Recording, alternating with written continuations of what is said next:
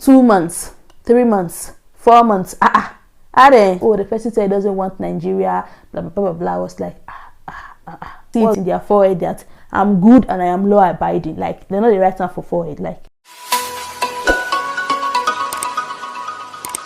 hello blessed, welcome back to my channel. My name is Sandra and this is Sandie's Joyful Space. You are welcome, you are welcome, you are welcome, you are welcome. Today's video is all about my experience with Ghanaian Efiera.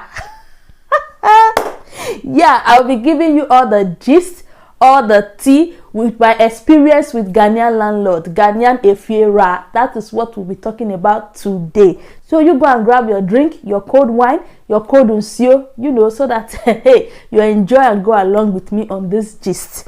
Just a quick disclaimer before I start the video. This is just my experience with Ghanaian landlord, like my personal experience. It is not in any way to bash or insult anyone. Even in my country, Nigeria, or any other country, you have your own experience, your own story to say, either good or bad. So this is not like pointing fingers to anybody. Yes, let's dive right into the video.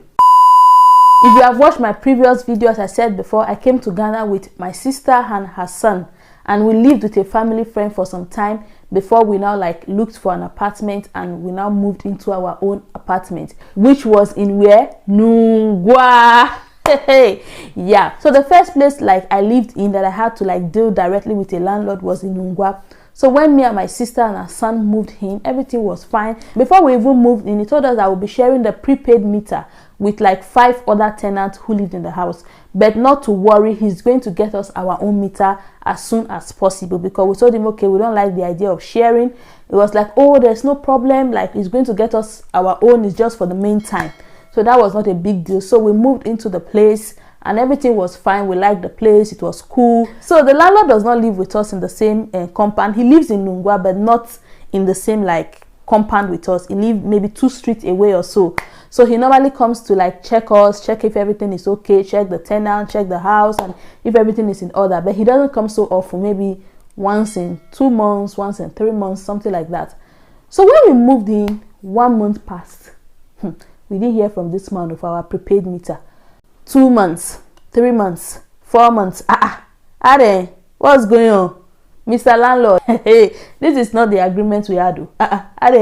Hey, what is all this? So we were still like, okay, maybe it will take some time. Let's give him some time. So when it was like getting to 6 months, my sister was like, it's okay, let's call him and ask. So that was how we called him and we asked like, Mr. Landlord, though, Efiera, where is our meter, our prepaid meter you promised that you will get us? Because I'm already having problems with the shared meter, because sometimes they will tell you that, oh, the person who is to buy is not available, is not around, he went out, or sometimes, oh, is this person's turn, he traveled, or oh, we're supposed to contribute this time, this person, a lot of stories. So sometimes there will be light. It's not like maybe ECG has taken the light, so it's not like there's doomsaw, but in our own compound, doomsaw will be existing. So we were already like getting fed up with the whole thing. So we called this man, like, before we moved in, you promised us that you get us the prepaid meter. What is going on? Oh, it was just giving us some long stories. So at this point, I just told my sister that, okay, you know what?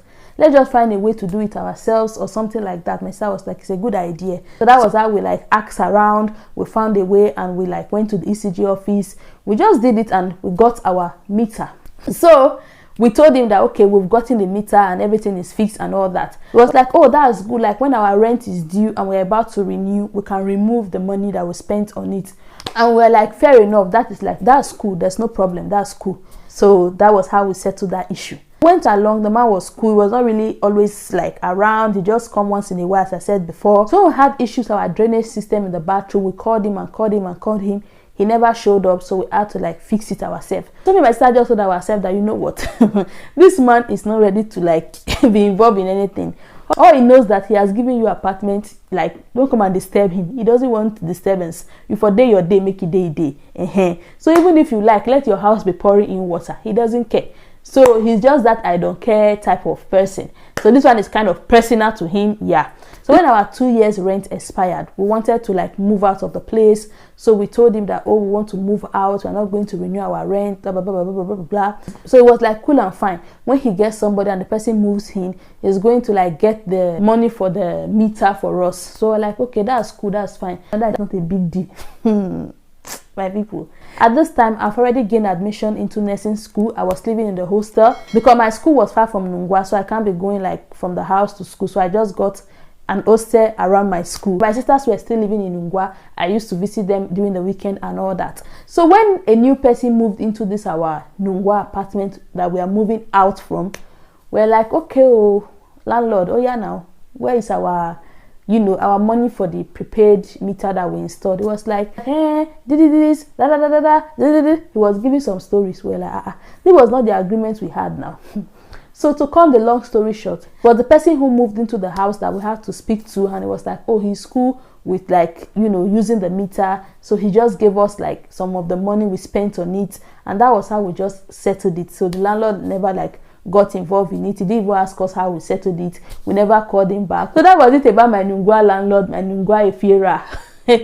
So when we were about to move, I came to assist my sister with the moving. We saw a place in Spintex, a nice place. This one, the landlord lives like in the same compound, but his own area was kind of separated. He has his own like entrance. We had our own entrance. This was a cool place.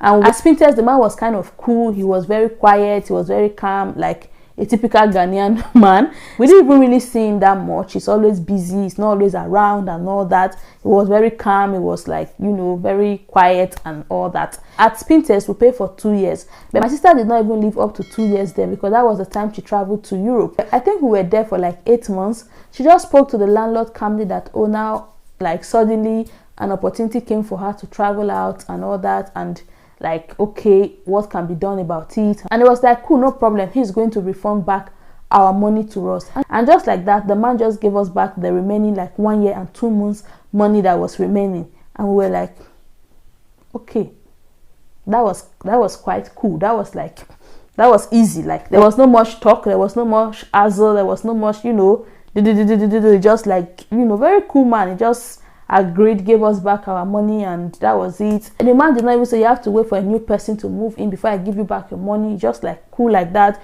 gave us back our money, and like everything just went fine, and that was it. So my sister went to Europe, and then I was already living in Tema at that time. I was living in an hostel, so I had to look for an apartment. I have to leave the hostel because my younger brother is coming to join me in Tema and also go to school in Tema. At that time, he just finished his junior high school, so he'll be going for his senior high school in Tema. So I had to look for like an apartment, not a hostel, so that we can both live together and everything will be fine. So when I started looking for an apartment in Tema, so they'll ask you like, where are you from? I'm like, Nigeria. They're like, okay. So how many are you in number? Like, we'll be living there. And I'm like, just me and my younger brother.